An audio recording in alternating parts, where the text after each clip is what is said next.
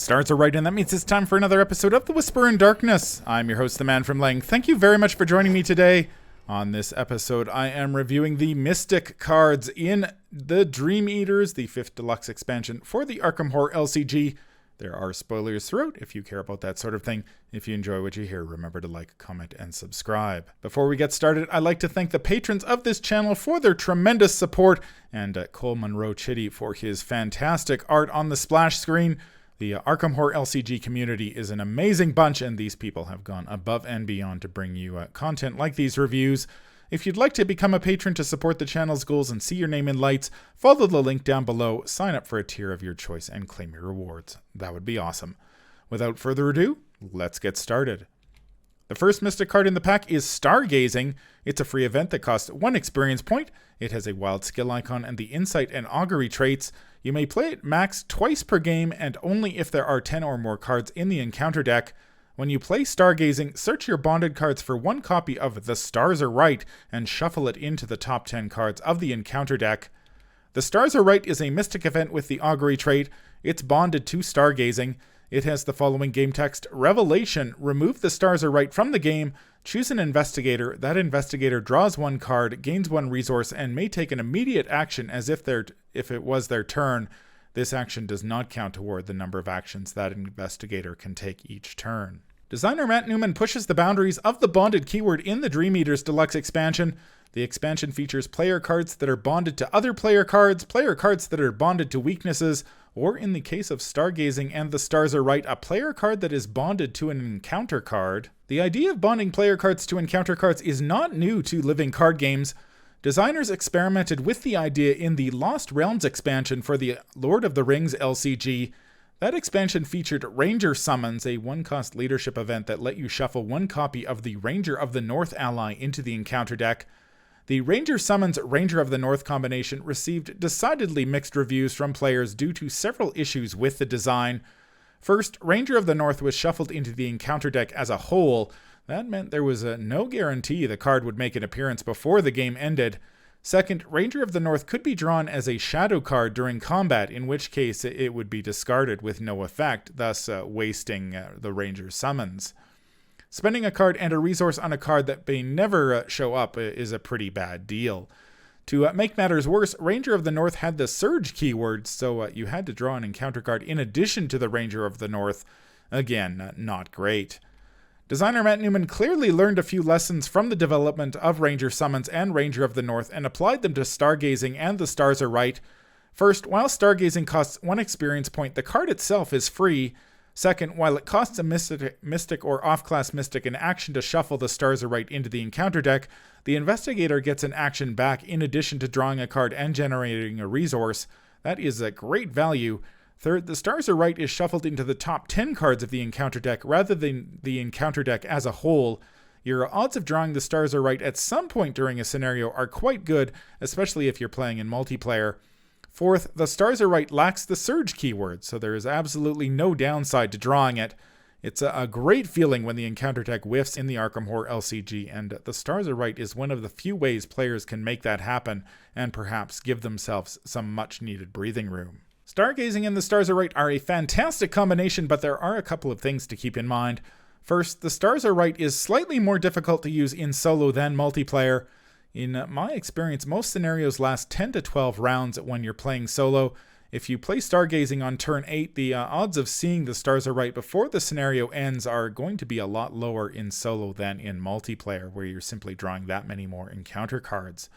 You may also want to hold off playing Stargazing if you expect the encounter deck to reshuffle. The odds of drawing The Stars Are Right are pretty good if it's in the top 10 cards of the encounter deck. Those odds change dramatically, unfortunately, if the encounter deck reshuffles, either as the result of an agenda or act deck advancing, or searching the encounter deck with cards such as Arcane Initiate or Mysterious Chanting. I haven't had a chance to play Stargazing The Stars Are Right myself, but I have pulled another player's copy from the encounter deck, and I can confirm it is a great feeling when it happens. I love the fact that you draw The Stars Are Right instead of an encounter card and receive additional benefits for doing so. I also like the fact that you get to choose which investigator benefits from The Stars Are Right. It's not much of a choice if you're playing solo, but if you're playing multiplayer, there's usually at least one investigator who could benefit from the action, a card, and a resource. Stargazing is free and costs only 1 experience point, so I expect it to appear in a lot of Mystic decks going forward. I also think this card is simply fascinating just because you get to see the evolution of an idea from the Ranger summons Ranger of the North combo way back in the Lord of the Rings LCG to today, and how it looks in Stargazing and the Stars Are Right. Really interesting card. The final Mystic card in the pack is Open Gate. It's a 1-cost event with willpower and agility skill icons in the spell trait. It has the myriad and fast keywords. You may play Open Gate only during your turn. Attached to your location, group limit 3 in play. Investigators may move between any 2 locations with attached Open Gate as if the locations were connected. We've known that Open Gate was going to be released for months since it was spoiled in the Dream Eaters preview article. The only question about the card was the nature of the myriad keyword, which turned out to be pretty much what everyone expected. I'm a big fan of Open Gate, at least in theory. First, the card is relatively cheap at 1 resource. Second, the card is fast, so it won't cost you an action to play it during your turn. If you do happen to have 2 in your hand, you can play both without missing a beat. Third, it enables any investigator, not just the investigator who played it, to move between any 2 locations with attached Open Gate as if the locations were connected.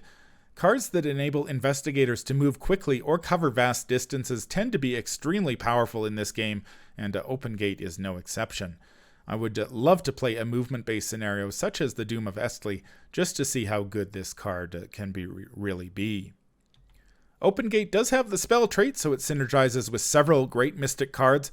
It's also an event, so it works wonders with Luke Robinson, the Mystic Investigator in the Dream Eaters, who may play 1 event each turn as though he was at a connecting location. Don't forget that Luke may play Open Gate from the comfort of his Dream Gate, which is connected to all other revealed locations in play, enabling him to position Open Gate right where it needs to be. I say I'm a big fan of Open Gate in theory because there is one significant drawback to the card. You do need 2 of them in play before it's any good. Obviously, the myriad keyword helps a lot, but you've still got to draw that second copy, and draw is in short supply in the Mystic class.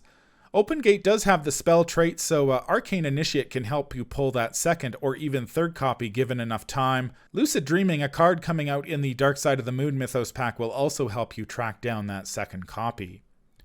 Off-class Mystics who have access to the Seeker card pool, such as Daisy Walker and Mandy Thompson, shouldn't have a problem tracking down a second copy of Open Gate, especially if you're playing an ally such as Mr. Rook.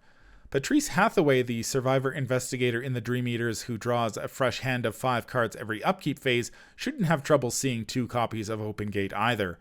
Getting them into play at the right locations is another matter.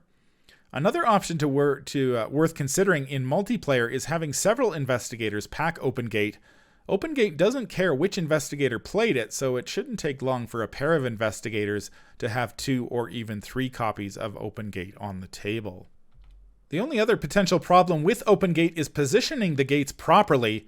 Open Gate's value is already somewhat scenario dependent, so if you have an opportunity to play it, you really want the gates to be where they can do the most work. If you're playing a scenario such as the Doom of Estley, for example, attaching an Open Gate on the entryway is ideal. However, scenarios rarely go according to plan. We were playing Carnival of Horrors during Arkham Nights 2019, for example, and Patrice attached an Open Gate to a location that seemed ideal. Unfortunately, as the board state evolved, it became clear the Open Gate was in a suboptimal location, and it rarely got used. I've been looking forward to playing Open Gate since the card was spoiled in FFG's preview article. Movement and positioning are extremely important in the Arkham Horror LCG, and Open Gate gives investigators a way to traverse large swaths of territory very quickly. The only hitch is getting 2 copies of Open Gate into play. However, that shouldn't be too much of a problem between the Myriad keyword and card draw like the Arcane Initiate. All you've got to do is remember to play the first copy of Open Gate to get the process started. Right, Vase? That's going to do it for my review of the Mystic cards in the Dream Eaters Deluxe expansion. Mystics receive some great cards in this box that are powerful and fun to play. Stargazing and the Stars Are Right give Mystics a way to mess around with the Mythos phase. There's no downside to shuffling a copy of the Stars Are Right into the top 10 cards of the Encounter deck. The investigator who pulls the stars are right doesn't have to draw an encounter card, and they get to choose an investigator to draw a card, gain a resource, and take an additional action. The only thing you've got to watch out for is the encounter deck reshuffling, which could send the stars are right to the bottom of the deck. And besides, the card has an absolutely fantastic name. As for Open Gate, it has the potential to turn certain scenarios into a cakewalk if you're able to draw both copies quickly enough and position them properly. You need at least 2 copies of Open Gate to make it work, but that's not going to be too much of an issue if you're playing an investigator with access to plenty of draws, such as Patrice Hathaway. That's going to do it for this episode. If you enjoyed this review, remember to like, comment, and subscribe. Head over to Patreon to become a patron of the channel. If you need to contact me, I can be reached at manfromleng@gmail.com. I'm also on Twitter at manfromleng. Until the stars are right, keep your shotgun close and your elder sign closer. Take care out there, and happy investigating.